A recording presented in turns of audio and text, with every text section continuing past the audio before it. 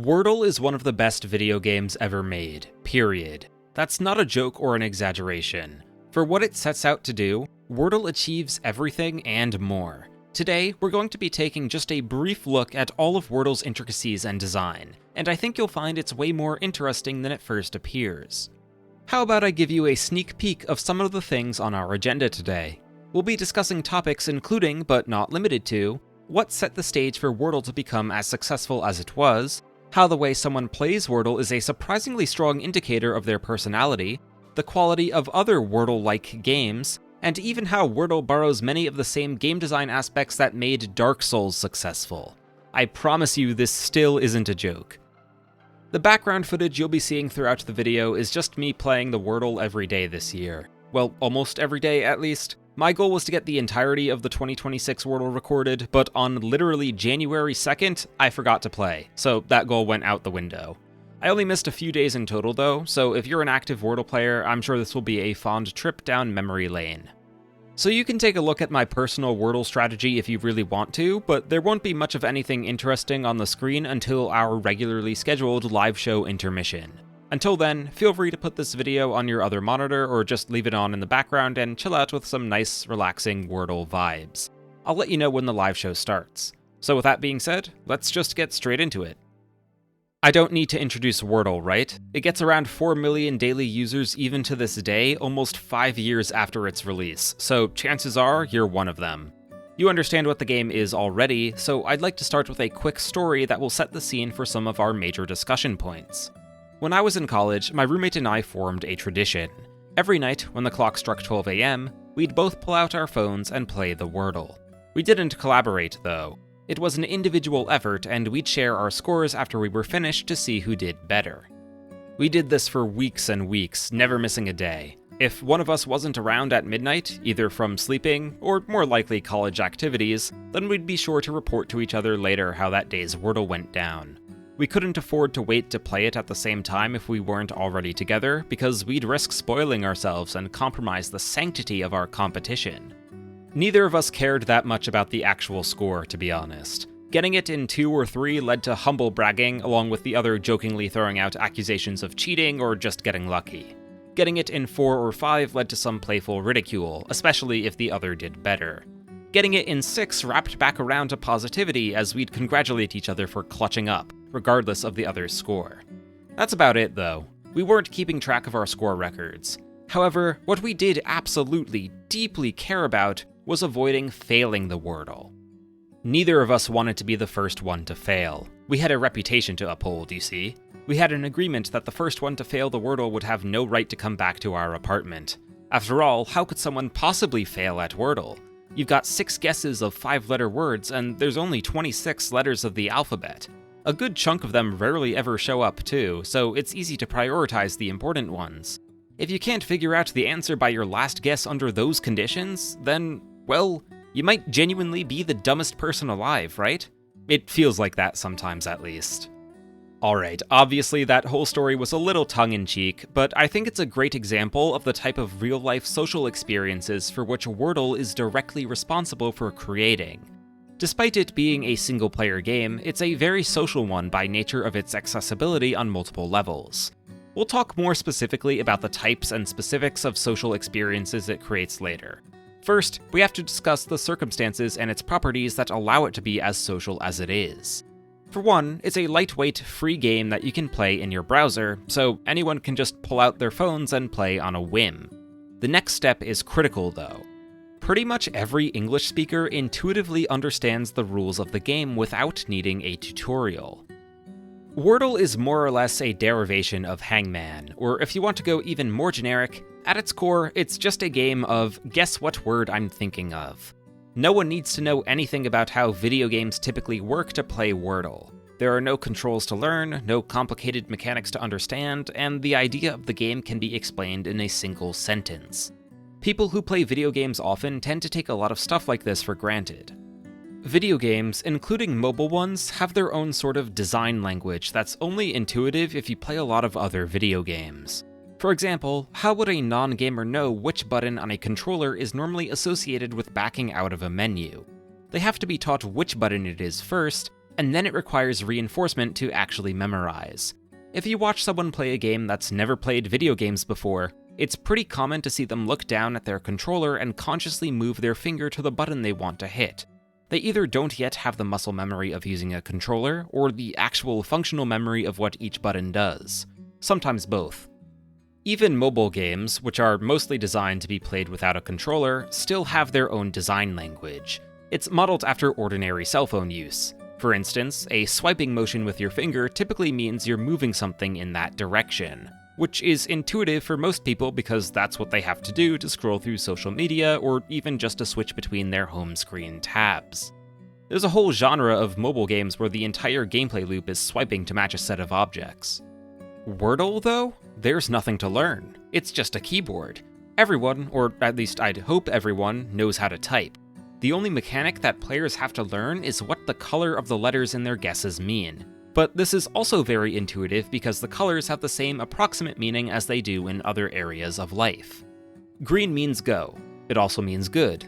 Therefore, green letters are clearly meant to indicate that they're in the right place. A grayed out letter? It looks depressing, and since it's not green, that obviously means those letters are in the wrong places. The only possible source of confusion comes from the yellow letters. This one I can understand not picking up right away, but when you realize that yellow is in between red and green on a traffic light, it makes sense that yellow is a sort of in-between color. The letter is in the word, but not in the right place. As long as you can grasp this concept, are proficient in the English language, and can use a keyboard or touchpad, then you can play Wordle. I'm not trying to say Wordle's lack of complexity is inherently a good or bad thing from a game design perspective. I'm highlighting it because the less complex a game is, the larger the potential player pool for it is. Wordle is accessible to way more people than almost every other video game, which naturally is going to be a major contributing factor to how it became so popular. That's also why social experiences like my tradition with my college roommate were possible. There are so many people able to play the game that you're bound to know other people in real life that play it and can talk about it with them. Since the game resets daily, there's something new to discuss with it every day. You can also add how the game itself encourages you to share your score with your friends, and that share message includes a link for them to try out the game for themselves. I don't know how you could possibly make Wordle more accessible. Almost every English speaker can understand the game without a tutorial, almost every person has access to a device that can play Wordle, and it even has inbuilt infrastructure to get new people playing the game. Lots of people are going to try it, share it with others, then those others will share it with more others, and you have a recipe for a genuine video game phenomenon. To be honest, I'm not even 100% sure that the proficient in the English language requirement is actually a requirement to play Wordle. In theory, you could just mash buttons and then try to find working combinations based on the letter colors, but that doesn't seem very fun. That segues nicely into the next point, though. All this talk of high accessibility and recipe for success doesn't mean anything if the game itself isn't fun. If people don't enjoy playing it, then they won't talk about it. Simple as that. And, well, is Wordle fun? Obviously that's subjective, so we can't really quantify it, but in my opinion, and seemingly a lot of people's, the answer is yes. Unfortunately, we can't just leave it at that. If word-guessing games just aren't your thing, then we'll have to choose a different approach for discussion to understand what makes Wordle special among others of its kind. What we can do instead is analyze the game design of Wordle itself. What are its mechanics and strategies? How do we engage with it? Why do people find Wordle fun? The danger of making a game so accessible is if there isn't enough mechanical complexity, then it's just kind of boring. Consider tic-tac-toe. On the surface, it seems to be a highly accessible game with a decent amount of strategy. You can choose to start in the center, a corner, or the side, and from there you have to consider your opponent's moves and stay on the lookout for if they get two in a row. The problem with tic-tac-toe is it's a solved game with a solution easily understood by humans. It will always end in a tie if both players play optimally. The board is too small and the mechanics are too basic for any diversity in strategy or gameplay. As a result, nobody really plays tic-tac-toe once they've grown up. It really only functions as a game with young kids that don't have a full understanding of it. You would never see a game like tic-tac-toe take off in the way Wordle did. Okay, so before we can get into the strategy of Wordle, we have to figure out what kind of Wordle game we're playing. the default regular difficulty or hard mode. I assume the regular difficulty has more players, so let's start there. The main source of strategic potential in Wordle generally comes from the starting word. Each game begins with absolutely zero information on the answer, so it's just a shot in the dark, but there are definitely some words that are better than others. The 26 letters of the alphabet are not distributed evenly.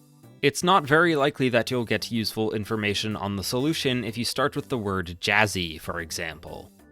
J and Z are very uncommon letters, Y is the least common vowel since it only occasionally acts as one, and you're also doubling down on the Z. There aren't many words in the English language that have one Z, let alone two of them, so an initial guess of jazzy will most likely just tell you that the word doesn't belong to a very small subset of possible answers. Also, jazzy has technically already been a Wordle answer, but I usually try not to think about that metagame knowledge stuff personally. I don't want to get caught off guard on the day they inevitably decide to reuse answers. You'll be able to eliminate a much larger set of words with a starting choice of something like share. A and E are the most common vowels, and S, R, and H are some of the most common consonants. If all of those letters show up as gray, then you've probably eliminated around half of the answer pool with just one guess out of 6.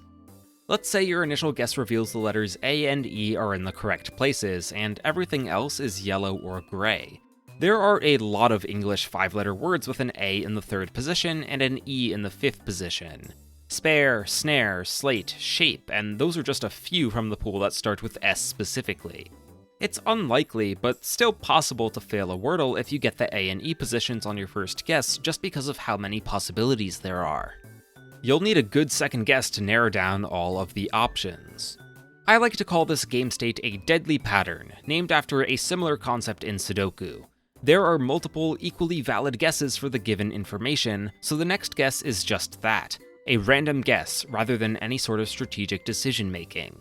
That means the further into the game you are, the more deadly of a pattern it is. With that in mind, this does have a solution. Rather than try to guess the word outright, you can submit a word that can't possibly be the answer, but does contain several possible letters in the real word and gain a bunch of information at once. A lot of people play like this, and I used to as well. If your goal, above all else, is to win the Wordle by any means necessary outside of cheating, then this is optimal. I'm sure there's even a bunch of statistics-backed analysis you can do to figure out which impossible guess is the best choice to eliminate as many words that fit each deadly pattern as possible. I don't particularly enjoy playing Wordle this way, though. The drawback of this strategy is that you necessarily lower your ceiling for how good of a Wordle score you can get. Personally, I tend to still agree with my college roommate and I's old assessment of what counts as a good Wordle result. A solve in 2 or 3 guesses. A solve in 1 is simply just luck, so I'm not going to count that, although it's technically the ultimate goal for any regular Wordle player. Anyway, that leaves very little wiggle room if we want to get the Wordle right in 2 or 3 guesses. Sacrificing any of those on a guess you know can't possibly be the answer means you're more often than not going to lose out on the rush of solving the Wordle in 2 or 3. Sure, you may end up with a 100% success rate between 4 to 6 guesses, but where's the fun in that? Wordle is a very easy game. You can narrow down the possible solutions incredibly quickly while barely trying. The vast majority of people who play it win, but it still makes them feel smart because the gameplay requires some thought of remembering vocabulary. Winning the Wordle is more or less a bite-sized ego boost. That also is probably a contributing factor for why Wordle had so much staying power, but I'm getting a little sidetracked. My point with Wordle being such an easy game is that adding any sort of additional meta strategy to get the answer actually makes it feel less engaging to me. It's subjective, but I can't be alone on this, because I think this feeling is exactly why hard mode exists. The only difference between the normal and hard difficulties is that you must use any affirmative information in all future guesses. To put it more simply, if you reveal a green letter, all future guesses must have that same letter in the same correct position. If you've revealed a yellow letter, all future guesses must contain that letter somewhere. Interestingly, hard mode doesn't actually prevent you from guessing a yellow letter in the same position as you first discovered it, even though it's technically an impossible guess.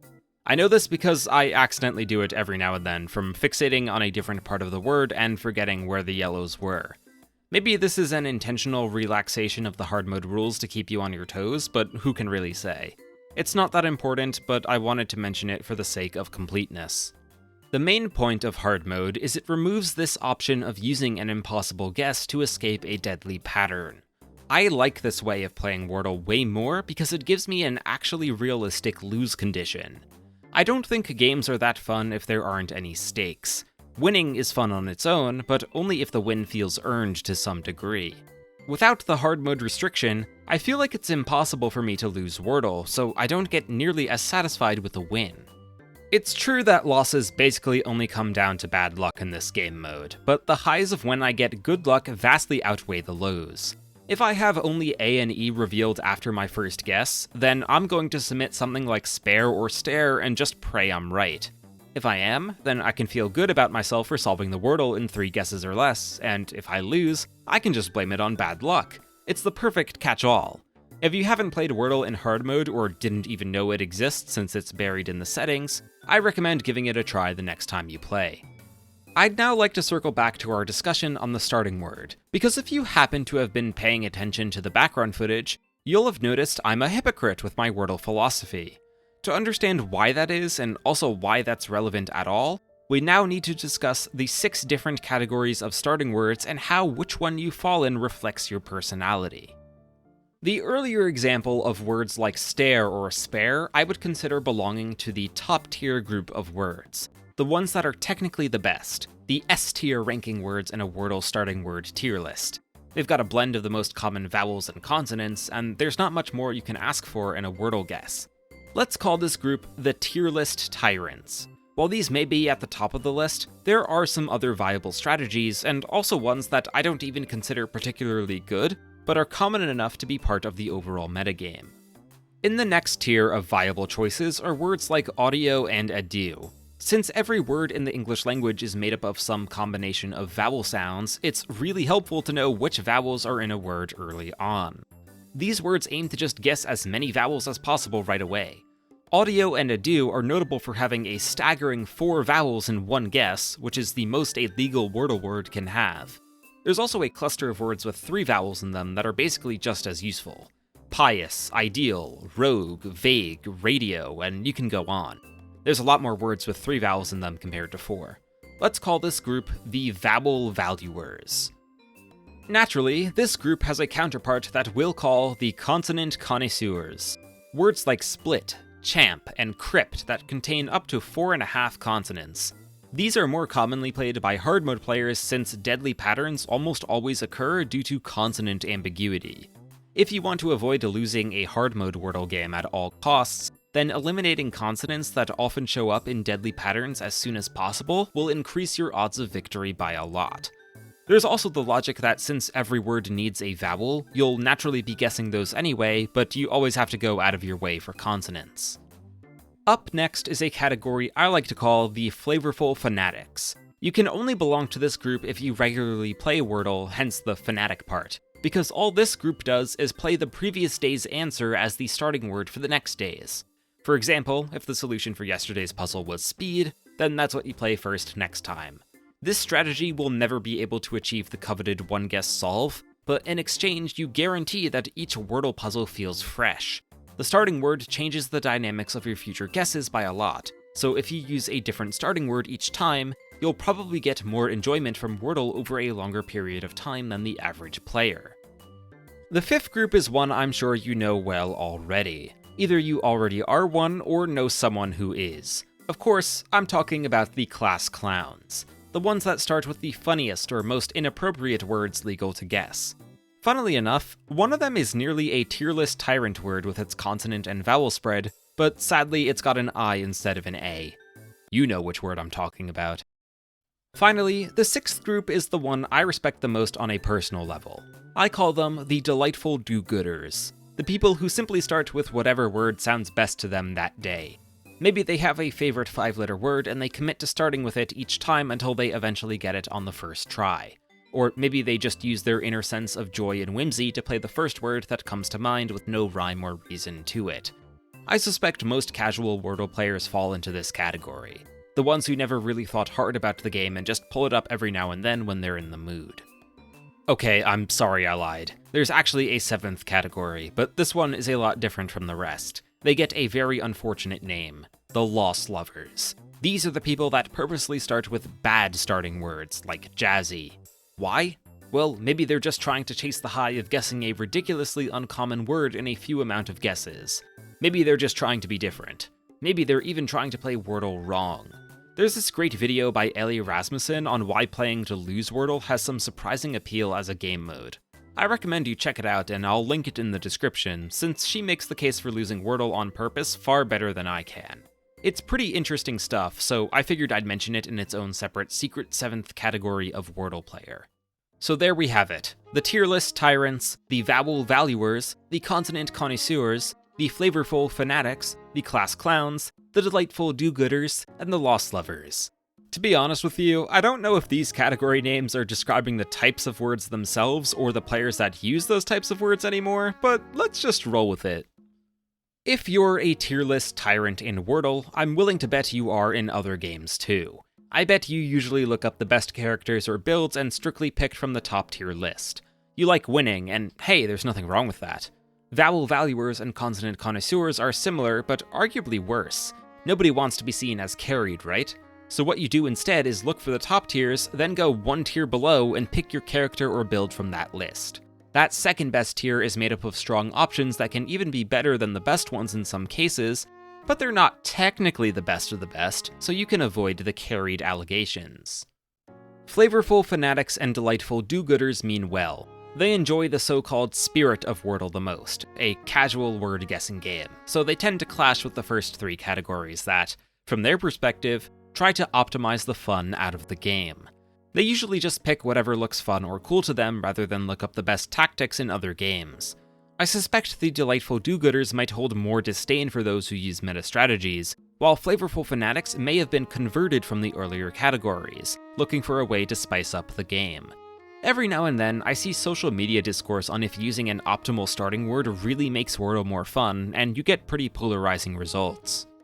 If you're a class clown Wordle player, you're also probably a class clown type in real life. You like being silly and making ironic jokes. You probably main Kirby in Super Smash Bros, and your favorite moves are inhaling someone to drag them off stage and floating up to drop down on opponents with the rock move. I have no comment on lost lovers. Their brains are a mystery to me. What am I basing all of this on? Strictly vibes and personal anecdotes. It's not completely unfounded, but obviously I haven't done a full peer-reviewed study into the Wordle player archetypes. However, I think this is a generally good way to think about them all in relation to each other. The personality analysis is obviously not that serious, but the tier list tyrants, vowel valuers, and consonant connoisseurs all tend to play Wordle with the goal of winning. On the other hand, flavorful fanatics, class clowns, and delightful do-gooders tend to play Wordle with the goal of having fun. They all achieve this in different ways, but you can pretty cleanly divide the Wordle player base into 2 camps, except for the small lost lover population. Now you might understand why I called myself a hypocrite. If you've been watching the background footage, you'll have noticed my starting word of choice is almost always pious. I'm a proud vowel valuer, but I also claimed that I don't think Wordle is as fun if I play on normal difficulty with impossible guess potential that make it really hard to lose. It's kind of weird then that my starting word would be something that tends to yield consistently good results. I'll even come clean and say that I'm not particularly attached to the word pious in any way. It's not a favorite word of mine, so I'm just picking it for its strategic potential. How do I reconcile this? Well, it's actually because I believe the word pious suits my specific way of thinking really well, rather than it just being a generally good word to begin with. I like to play Wordle quickly and only really spend time thinking if I feel there's enough information for me to get the word on that guess, or if I'm blanking on any word at all. Of all the words I've tried as my starter, pious lets me think things through the quickest.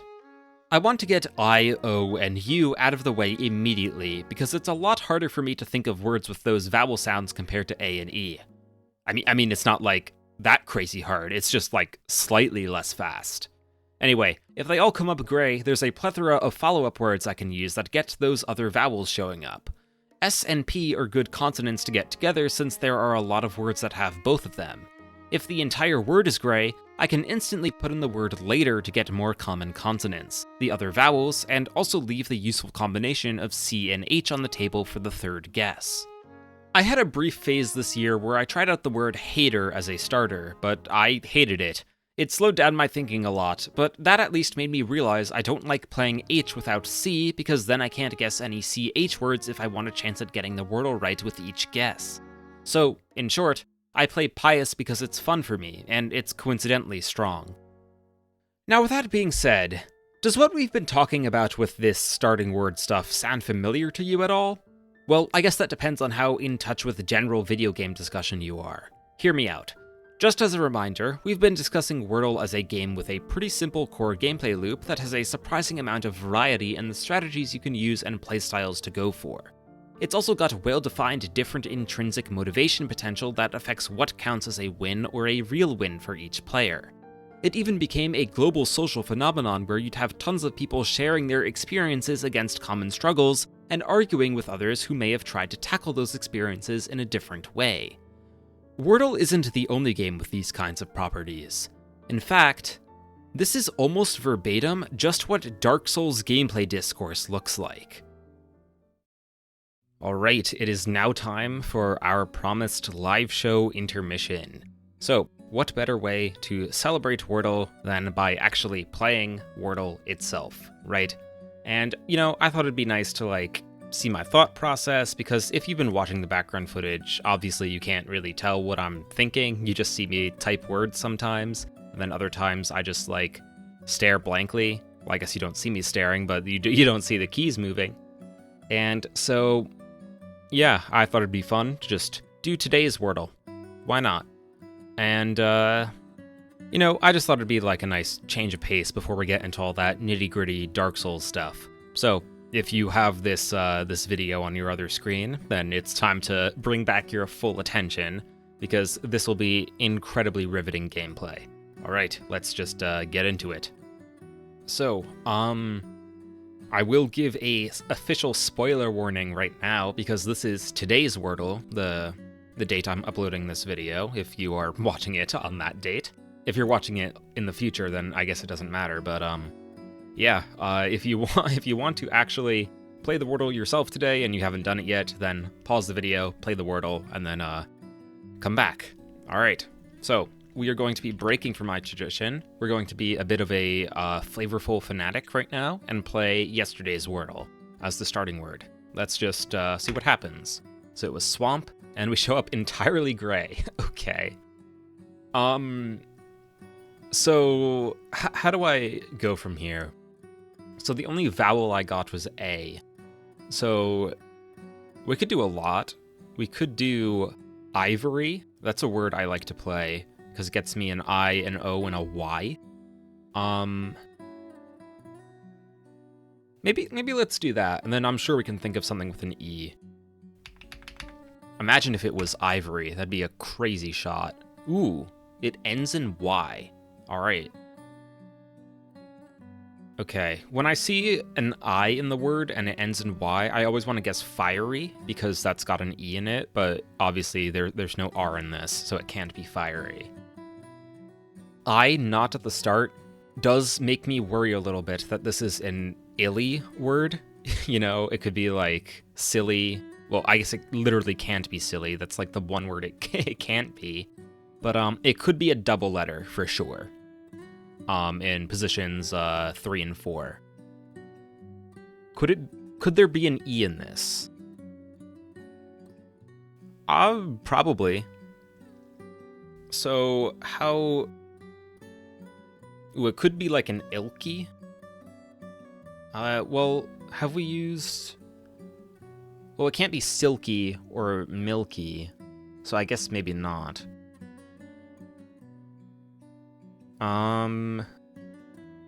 Yeah, I'm overthinking this a bit. Probably because I'm playing this live, so... We could do Diddy? It always feels bad to, guess the double letter, but... I'm struggling to think of something else right now, so let's just go with it. Okay, yeah. That's about as expected. Okay. Oh no, what if it's Jiffy? Like Jiffy? That'd be a nasty Wordle. Because you have a J in there and two Fs? Oh, I kind of want to guess it now because I just thought of it. Is that a throw? I've already... You know what? Let's do it.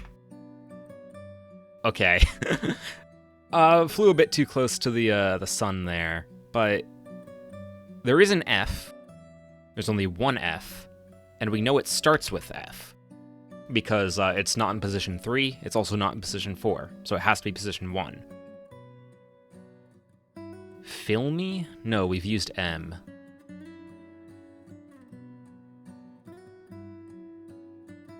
Is there...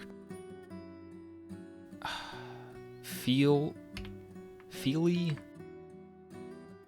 Oh no. What if this comes down to the final guess? Oh god, it'd be so embarrassing to fail the Wordle. Oh no. Well, I guess this is on me for guessing Diddy and Jiffy. I don't think either of those were, like, super good guesses. But sometimes you just gotta, like... it would have been so good if the Wordle was Jiffy, though, because that would have been an insane call. Okay. I really would like to get L learned, at least, if it's in the word. Is Philly? Is that a word? I don't know. I'm scared to submit this, because sometimes Wordle will just let you, like, submit nonsense, archaic words. I don't know if that is one.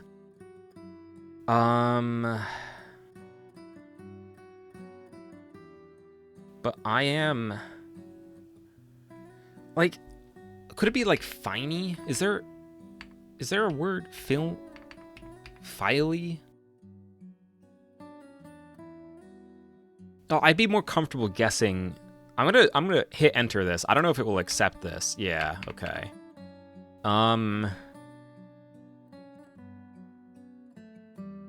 Let's,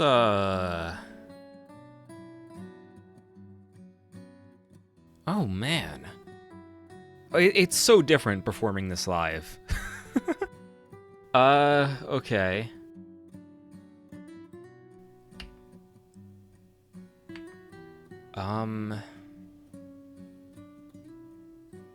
Could there be a C? How?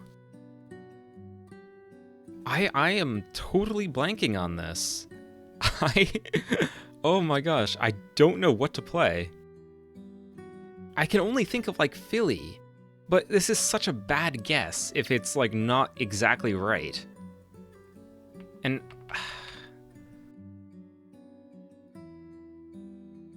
What else could this be, though?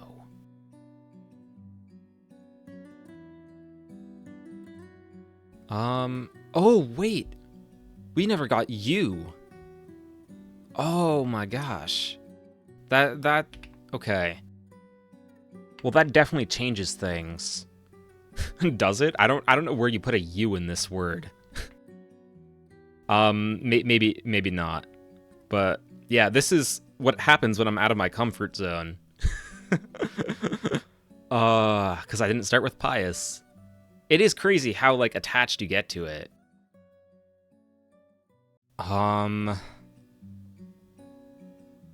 Figgy? No, that only has one G, doesn't it? Oh, but it's just as bad a guess as Philly. Finny, Fibby, Ficky.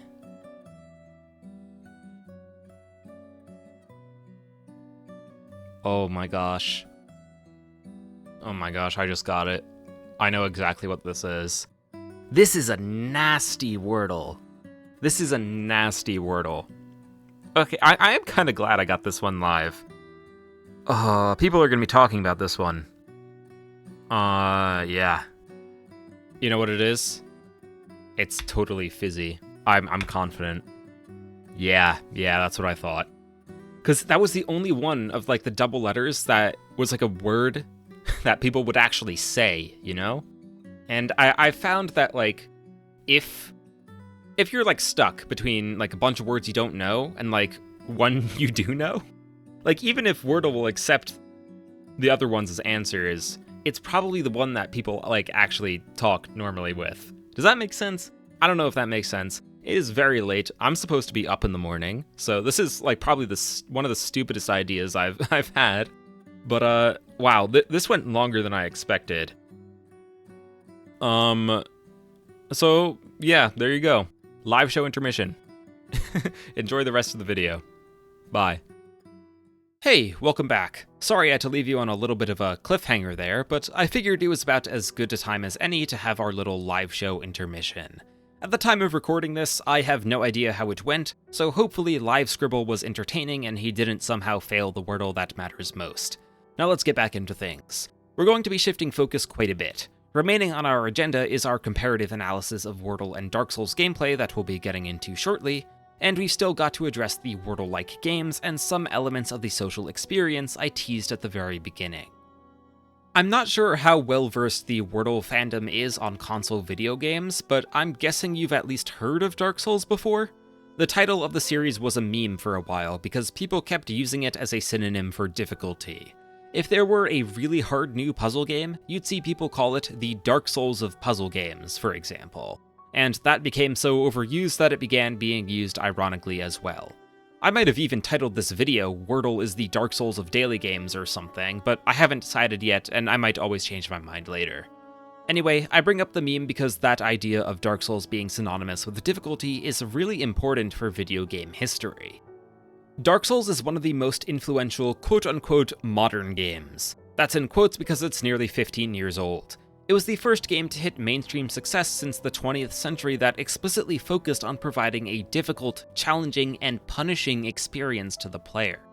A lot of games in this era were trending in the opposite direction. They were steadily removing consequences for failure and were making sure the player wouldn't ever get lost by hand-holding them more and more.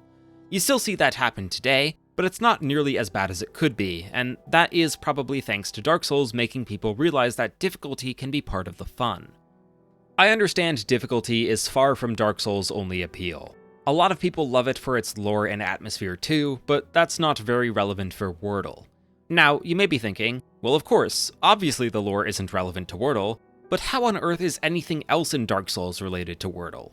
Design philosophy-wise, the two games seemingly couldn't be any more different. We've established Wordle's immense accessibility already, whereas Dark Souls is purposefully inaccessible. Even ignoring the platforms it's on and controller design language and genre as a whole for a moment, the player character in Dark Souls is slow and clunky. Each action you perform feels like it takes 5 years to finish, so players are forced to press buttons carefully and with intent. If we hypothetically remove every barrier to entry of Dark Souls, you'd still find it inaccessible to a large population of video game players.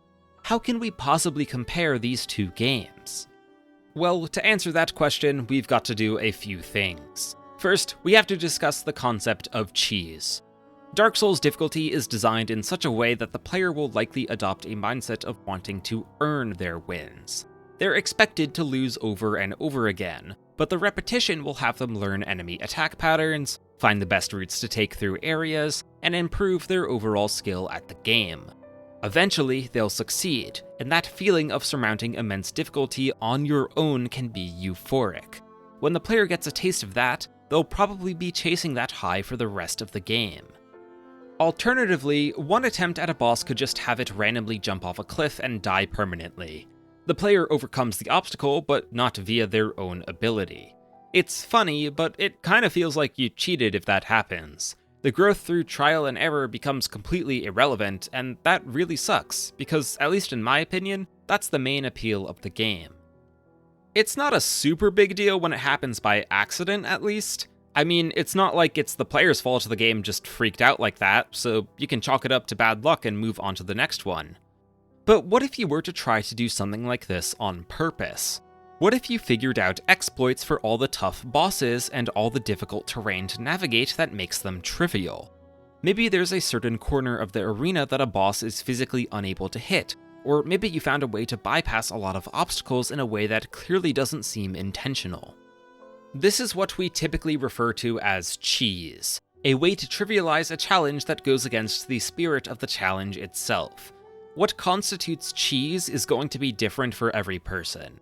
If you find forcing a boss to jump off a cliff just as satisfying as learning their attack patterns and reducing their HP to 0, then more power to you. In my opinion, that's the stance everyone should take on this, but unfortunately that doesn't reflect reality. You'll find a significant amount of people online that will argue you didn't really beat a boss if you used an exploit to do so.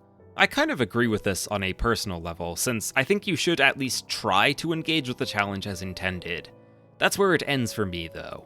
Some groups of people within that crowd have more goalposts for what counts as really beating a boss. Did you use summons? Bosses are designed for single player, so adding a second one, even if it's an NPC, makes fights way easier. Did you use magic? Can you say you really learned attack patterns if you just camped in a corner and shot fireballs to chip down their health? Did you grind to an unreasonable level to the point when you could just face tank every single enemy attack and brute force your way to the end of the area? Do any of these count as really, truly, honestly, earning a win? The only person who can answer that question for yourself is obviously you, but that doesn't stop others from arguing about it. Even fully intended mechanics that are in the game and are meant to be used can be considered cheese by some players. And that brings us to our next point. The moment-to-moment core gameplay of Dark Souls is relatively simple, all things considered. There are no fancy combos or movement options. You attack enemies and dodge them plainly with one-button actions. Maybe block or parry sometimes, but that's basically it. Despite the simplicity, there are so many different playstyles possible in the game. There are a lot of different weapon types, different sets of armor that give unique effects and impact your movement speed, different magic spells, summons in their entirety, and consumable items that can all greatly change your experience during the adventure. With how many combinations there are, you're bound to find at least one that speaks to you, if you know what I mean. Whatever build suits your personal playstyle. It can be either what you're best with or what you find most fun, although those are usually the same. Do you see where I'm going with this? The Dark Souls style of making builds to alter a relatively simple gameplay loop is exactly what we see in Wordle with the different starting word groups. A vowel valuer and a consonant connoisseur, for example, are going to have vastly different experiences with each Wordle puzzle based on their chosen build. For me personally, the starting word pious is my build of choice. I'm most comfortable playing it first, and I find it the most fun word to start with. The idea of cheese is present too. That's another reason why I find normal mode less fun than hard mode. The optimal play of making impossible guesses to narrow down the real answer feels like a cheese strategy to me, even though it's a mechanic implemented in the game and is perfectly legal. If you like it, there's nothing wrong with it, but it makes me feel like I earned the win less. On the other hand, there are people who view playing starting words like pious as a cheese strategy itself that goes against the spirit of the game. It's just like the endless Dark Souls debate on if summons and magic are cheating and whatnot. So that's all well and good, but you may have noticed a glaring flaw in that conclusion. This system is not unique to either Wordle or Dark Souls. You could argue it's even just an inherent aspect of every game as a whole. People like what they like. People dislike what they dislike. There will always be people claiming you're not playing something the right way if options are present at all. As soon as a player is able to make a choice, you'll have people fighting till their last breath about which one is more correct. I chose Dark Souls as the comparison point for a different reason. One that's way more important than builds and cheese and whatnot, but that was still important to discuss to show how these games can be compared at all. This other reason goes back to Dark Souls' reputation of being difficult. It's probably the most famous example of a difficult game in this day and age, and it's also uniquely a social game. Dark Souls is a multiplayer game, but not in the traditional sense. If you play online, you can invade other people's worlds and either help or harm them. You can also leave messages for other players that could provide genuine advice or lead them to their untimely dooms. That's not super important for us, but it highlights how the game was designed with a community in mind, and a community did indeed form around the game. Dark Souls is also infamous for not featuring any difficulty options. You get what you get. If you're struggling against a boss, then tough luck. You have to either improve your skill as a player or change your approach somehow. That's another reason why the game would be considered inaccessible by design. That's not inherently a bad thing at all, and in fact, it has a very strong benefit. It creates shared experiences. If there's only one difficulty option in a game, then you, as a game designer, have the ability to finely tune it and make areas where the average player will struggle a lot. We just talked about how different builds lead to different experiences, so I'm not going to claim this is universal across every single player, but you're naturally going to have at least similar builds struggle in similar areas. If people are really struggling somewhere, they're going to talk about it with other players. They'll try to see if anyone has any advice, and when they do, they'll learn they aren't alone and many others struggled alongside them. You could almost liken it to the idea of trauma bonding. Really frustrating or difficult areas in Dark Souls bring members of the community together in their shared hatred of those areas. Since the community becomes closer, they'll be more inclined to keep talking about the game, and then it spreads more in popularity, more people come looking for advice, and so on. It's a really powerful feedback loop that leads to a lot of people playing and talking about the game. You do have to be careful and make sure the game is still fun and not overly frustrating, but do you see how this could end up being a good thing? Dark Souls was probably the single best example video game for this concept. It's the last piece for why Wordle became such a social phenomenon.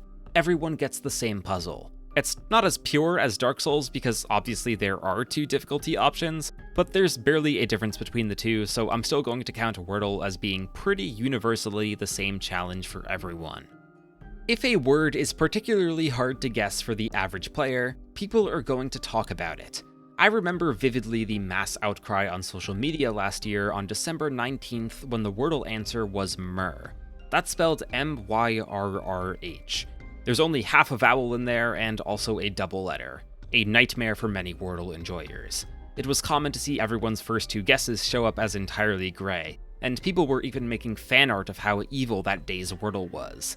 That's the exact type of community reaction you want to see for your game to remain relevant. Ironically, when something like this happens, the word isn't actually too difficult to guess eventually. There aren't many 5-letter words without one of the 5 regular vowels, so it narrows down really quickly. It is, however, extraordinarily difficult to solve these puzzles in 2 or 3 guesses, and if you're like me, that's what counts as a real win, so I totally agree with these artistic renditions of the vowel-less Wordle answer. We've already discussed at length how social of a game Wordle is. It encourages us to share our scores and get our friends playing. When an answer is unconventional, we're going to talk about it with our fellow Wordle players and form a genuine connection because of our shared experience with the puzzle. It's a lot less serious than actual trauma bonding, but you understand the concept, yeah? We can empathize with our friends, family, and even complete strangers through nothing but the answer to a guess what word I'm thinking of daily puzzle game. In a way, that's kind of beautiful, isn't it? How even the simplest of games can bring people together. I can't prove it, but I think this is a big part of why Wordle is so successful. It helps us make connections, and then those connections become positive reinforcement to keep playing Wordle to make new connections or make existing ones stronger. That's pretty much it for Wordle itself, but before we start wrapping up, I want to spend a bit of time discussing Wordle-likes and how they differ from the original. I'm talking about games that play off Wordle in some way. The most popular ones are probably just the multi-Wordles. I've dabbled in some throughout the years, but I find them to be weirdly less complex than the basic Wordle, and so I don't play them regularly. There's probably more out there, but let's talk about Quordle, Octordle, and Duo-Trigordle. The premise of these 3 games is simple. It's just multiple Wordles stuck together, specifically 4, 8, and 32 respectively. Thankfully, you get more than 6 guesses, otherwise they'd be impossible, but the trade-off is that total amount of guesses is all you have for each present Wordle subgame. The twist is that guesses in one subgame still give you information in all the others. And that's exactly why these games feel off to me.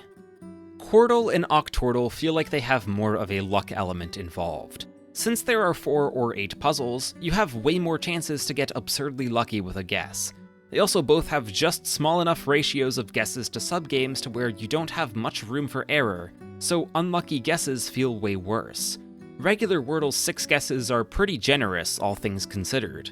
Wordle and Octordle increase the difficulty in a way I don't find very fun. A good question to ask would be, is it really true that Wordle and Octordle are more luck-based? To which I would answer, I have no idea and I don't care. They feel worse to me, and game feel is the most important part of a game. It's entirely subjective, but if a game doesn't feel good to play, then there's not much reason to play it. The best way I've found to play these games is to avoid engaging with deadly patterns as much as possible, instead focusing on the subgame that has the fewest amount of possible answers, and use guesses that eliminate as many letters as you can. This simply isn't as engaging for me personally. It makes each subgame feel individually less important with how you have to divvy up your attention. I don't get the same level of accomplishment from solving a Wordle as I do the Wordle. Maybe that's just me though. Duo Trigordle, on the other hand, has an entirely different vibe. I do think Wordle and Octordle are both more difficult than Wordle, but Duo Trigordle I would say is much easier than all three of them. With 32 boards and 37 guesses, there's virtually no way to lose. You're bound to guess every single letter of the alphabet eventually, and you'll often just get freebie solutions popping up everywhere. Despite this, I actually like it more than Wordle and Octordle. It's pretty relaxing to just input guesses and see all the boards light up on top. Sometimes I'll just pop a Duo Trigordle before bed to wind down, or maybe I'll use it to procrastinate doing something else. As a quick aside, this implies there's a certain number of Wordle games you can stick together before it collapses on itself difficulty-wise. It's clearly somewhere between 8 and 32, but I couldn't tell you where specifically. There are many other variations of Wordle out there besides the multi ones. There's Horsel, where it's just Wordle but the answer is always horse. That's always a good time to screenshot and post to social media about how you clutched up a tough Wordle puzzle, but you accidentally leave in an indicator you were playing Horsel all along, to the humor of yourself and all your audience members. These meme Wordle-likes are pretty funny, but obviously there's not much to say about them. You even have Wordle-likes that branch out of the word-guessing genre. There's ones for music, like Spottle, and some for video games, like Gamedle, and then you can even find ones for specific media in those niches, like a Pokemon-specific guessing game. They all have the same design principles as Wordle, but they're much less accessible by nature. I'm sure they're a hit for those who like music and video games a lot more than words, though. What's really cool about them all is that the guessing game archetype of daily game has adopted the ol suffix. Do you know why Wordle is called Wordle?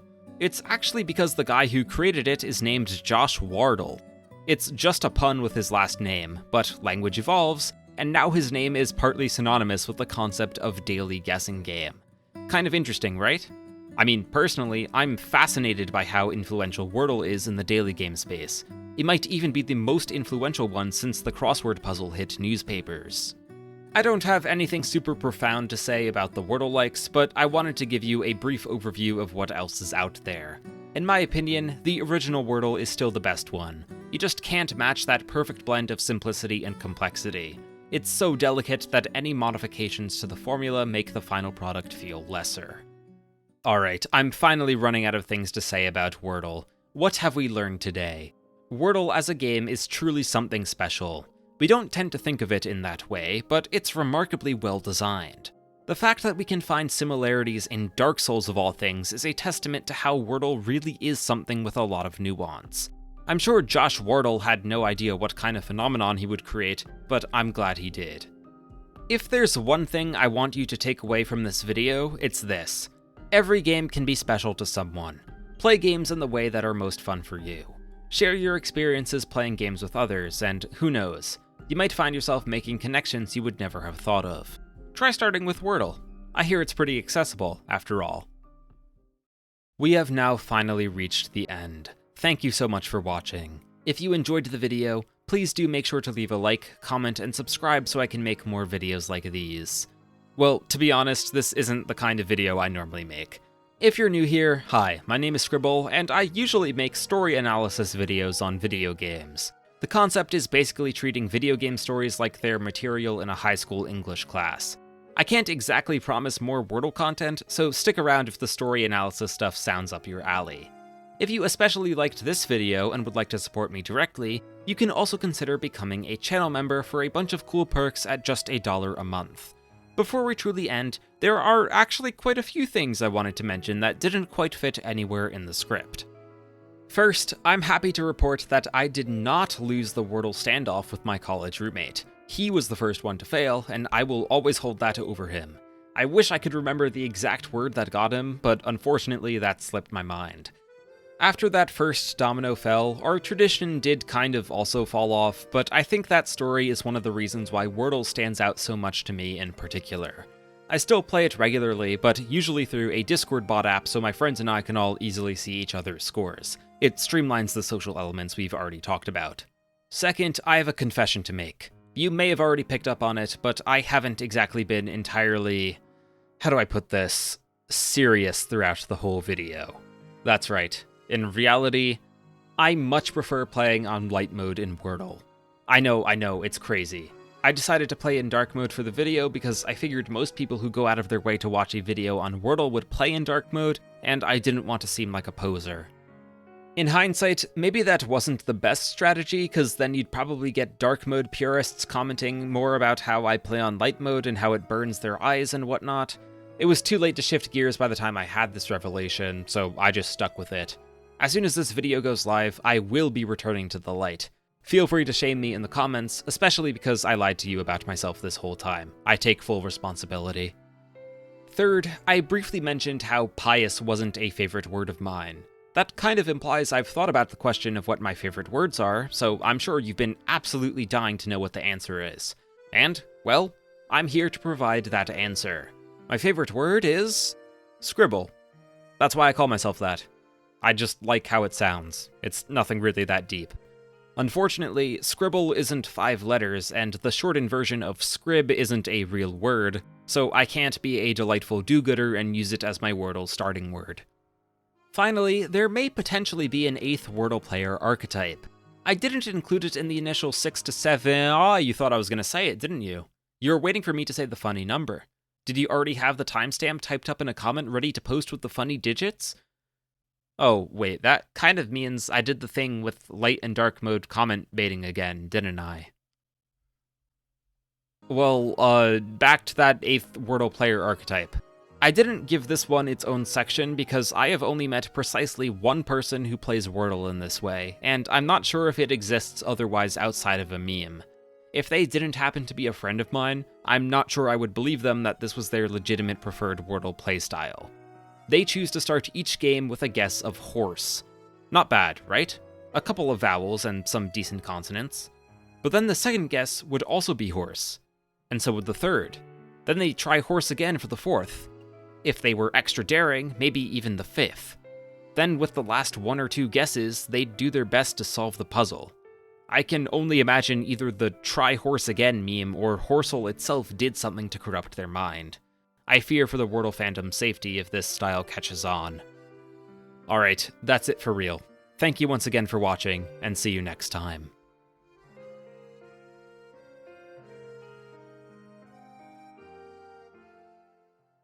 Oh, are you still here? Hey, didn't think anyone would still be hanging around. This is live scribble again. So, yeah, kind of a bit of a awkward situation. So, I'll let you in on a little secret, right? I think the video would be way funnier, or like more clickable, if the time was over an hour long. But I tried really hard to find interesting things to say about Wordle for an hour, including the live show intermission. And, yeah, unfortunately, I kind of ran out of steam. So, I'm gonna need to find a way to stretch out the time a little bit to get that 1 hour in the, in the preview, that timestamp. Because, like, people are gonna see it in the recommendations and be like, what can you possibly say about Wordle for an hour? Like, you could probably also say that for, like, 30 minutes. Like, who can talk about Wordle for 30 minutes, right? But, yeah, an hour just, like, that, like, extra digit, I think it makes it way more impactful. So, yeah, we can just, like, hang out for a little bit. I'm just, like, riffing without a script. How do you guys like the channel? Is it cool? Oh, I guess we can talk about this. So I had this idea to make a Wordle video for a very long time. It was actually one of the first videos I conceptualized, but for certain reasons, I could not post it until this specific date. When did I first get this idea? I think it was around the time of my Majora's Mask video. That's how long ago it was. So for context, that was in July of 2025. And I make my videos a month in advance, right? So I was actually working on the Majora's Mask video for most of June. And so it was during that process when I thought of this Wordle video idea. And it's just been in the idea bank for a long time. So hope it pays off. I hope it ends up doing well. I mean, I hope all my videos do well. But I hope you like it. I thought it was a really funny concept. I'm not sure if I'll do something like this again next year, but maybe. Who knows? Let me know in the comments if you thought it was funny, if you thought it was interesting. And also let me know, like, which Wordle archetype you belong to, because that is something I'm legitimately interested in. I think that's one of the most profound takeaways in this entire video, was the revelation of the Wordle archetypes. So, I'm a vowel valuer, as you know, and yeah, I am curious which one is the most common. I have to assume it's the delightful do-gooders, but yeah, I can't really think of much else to say just off the top of my head. Yeah, I mean, if you made it this far, then I really appreciate it. There really isn't much else beyond this point. It's just stretching out the video length. So, video's over at this point. I don't have anything else to say, so if the video is going to continue past this, then clearly that means my live show intermission wasn't long enough, and we did not reach the hour-long mark. So, it might stretch for a little longer, but there's not really going to be anything else in there. So, yeah, thank you so much for watching, really appreciate you, and yeah, I'll see you in the next one. Bye.